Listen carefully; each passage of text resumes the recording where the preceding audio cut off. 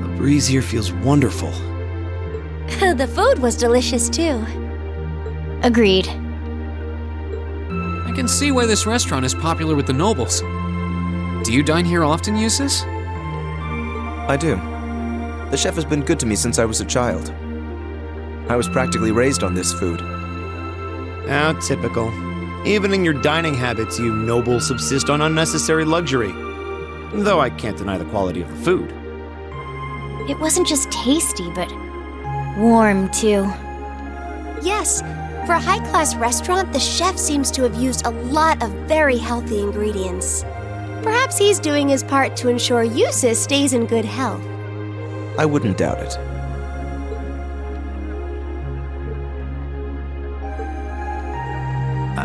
I wonder what Group B is doing right now.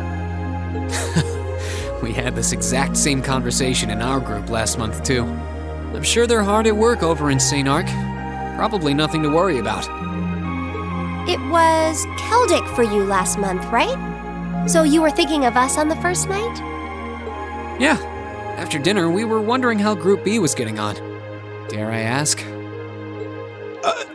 Well... Nowhere near as peacefully as now.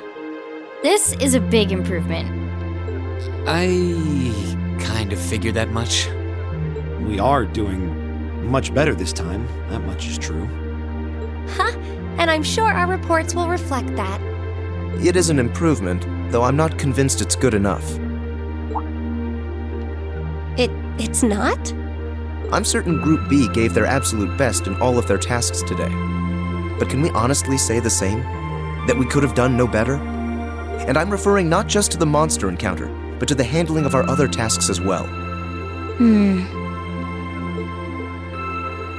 We'll just have to try and make up for it in the day we have left. Besides, we had the chance to catch sight of a far bigger problem. Yes, that's true.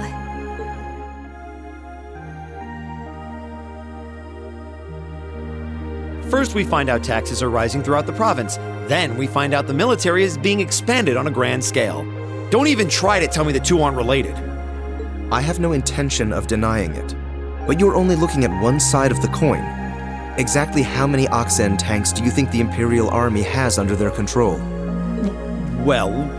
100 or 2, I'd guess. Precisely. The Imperial Army's military capabilities are enormous. This nation has one of the most powerful armed forces on the continent, and roughly 70% of it is under the Chancellor's control. Tell me, how is the Noble Alliance supposed to counter that? So you're suggesting that's why the Provincial Army needs to bolster its forces? Considering both sides are comprised of Erebonians, it all seems so wasteful. Ah, the travails of youth! How noble and beautiful they are! It's you. Baron Blue Blanc, I believe? It's such an honor that you would remember a mere baron. I see you've completed a hard day's work already. How splendid! Yes, nearly. What about you? Alas, I have yet to be blessed with the fateful encounter I seek. The search for beauty is filled with perils and obstacles, yet that is precisely what makes it all so beautiful.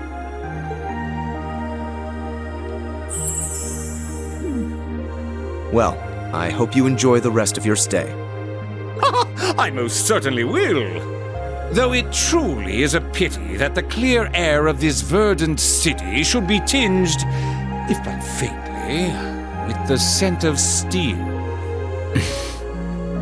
I'd heard that Duke Alberea was a man of many interests, but I was unaware he counted playing with fire among them. I don't condemn him for it, though, for only by playing with fire can one create fireworks.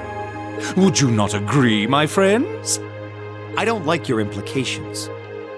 And I think this whole line of conversation is a little inappropriate.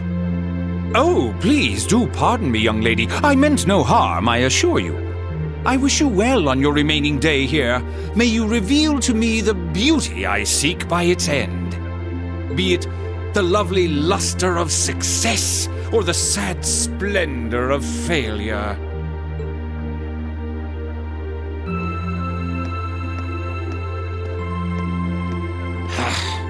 Who does he think he is? This is why I can't stand nobles. I thought you might say that. If it makes you feel better, though, I have my doubts as to whether that man truly is a noble to begin with. What? His behavior seems so exaggerated. Almost as if he's trying to act like the quintessential noble.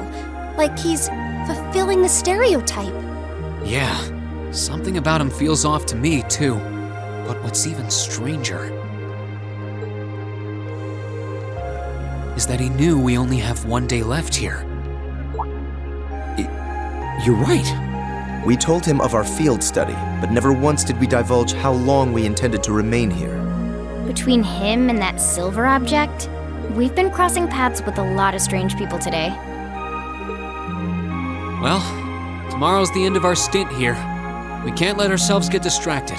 We still have a lot to do. That's right. We have to do our group proud. Exactly. We should return to the hotel and begin work on our reports then.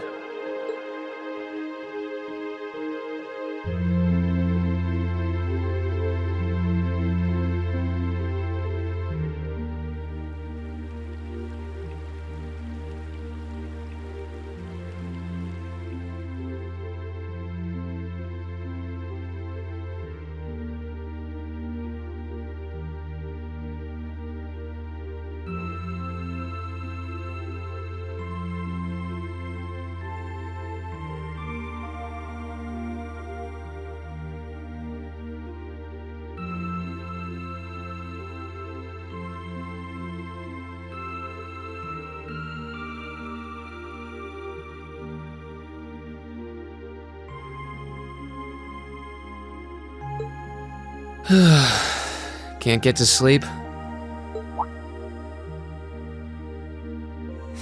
I could ask you the same. You aren't going to tell me the bed's too hard for you, are you? I wouldn't dream of it. I've never slept in a bed this high class in my life. Not even back at home. And yet you're the son of Baron Schwarzer. You've not lived the life one might expect of a boy from a noble family. Yeah, that's just how my dad is. A lord should live like his people, not above them. That's how he always put it. I see. It sounds as though you have a good family. Yeah, I'm very thankful for my upbringing.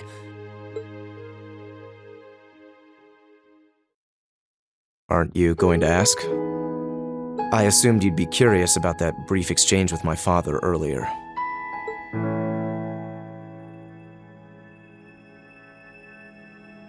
I wasn't really sure you'd want me to bring that up.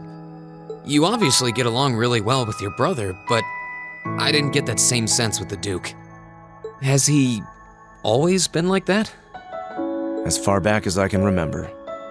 I suppose he just has little respect for a son born to a commoner. What? My brother and I have different mothers. He was born of my father's legal wife, a noble who still lives to this day. My own mother, however, was a commoner, and she passed away 8 years ago. In other words, I am his bastard son. I had no idea. So, was that chef we met earlier? He's my uncle, on my mother's side. Perhaps that's why he's always been so good to me. Or perhaps he's simply compelled to treat me as I deserve to be treated, being the son of the Duke. No, that can't be. I don't blame you for being a little cynical, but there's no need to be quite so hard on yourself. I suppose you're right.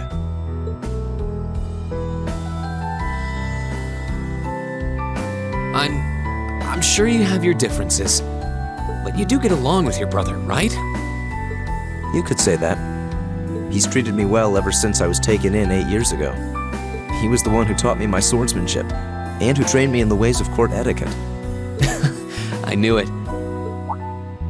Pardon? There's just something honest, I guess you could say, about the way you fight. It shows that whoever taught you was someone you really trusted. When we first met him this afternoon, I had a hunch he might have been the one. What's wrong? Nothing at all. You just keep reminding me how unlike a noble you truly are. I get that a lot.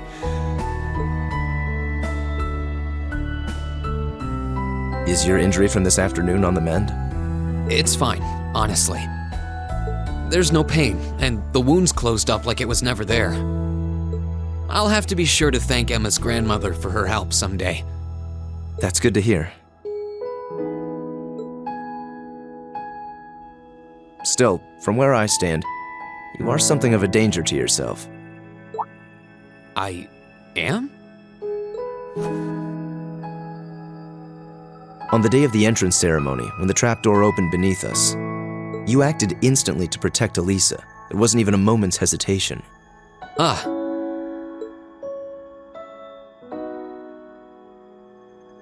In most cases, one would reflexively act to protect himself. It's part of man's natural survival instinct. Yet you put another before yourself, not even pausing to question the validity of that decision. And you did exactly the same thing with us today. I'm sure most people would see that as an act of selflessness and sing your praises for it. But to me, it comes across as abnormal, perhaps even twisted.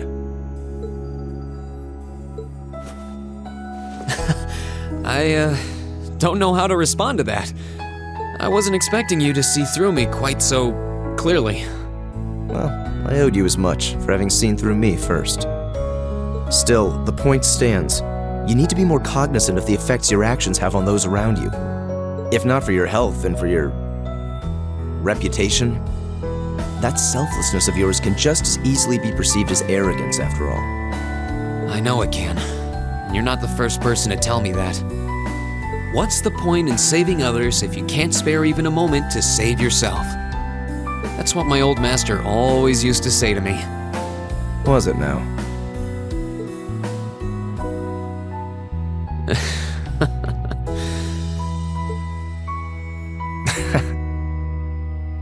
I suppose we both have some things we need to work through. Yeah, but for now, we need to get a good night's sleep. If we stay up too late tonight, we're going to be dead to the world tomorrow, and that wouldn't be fair to the others. I agree, it wouldn't be fair. To the girls, at least. I'd hate to be so tired as to limit my potential. Hear, hear. Good night, Eustace. Pleasant dreams.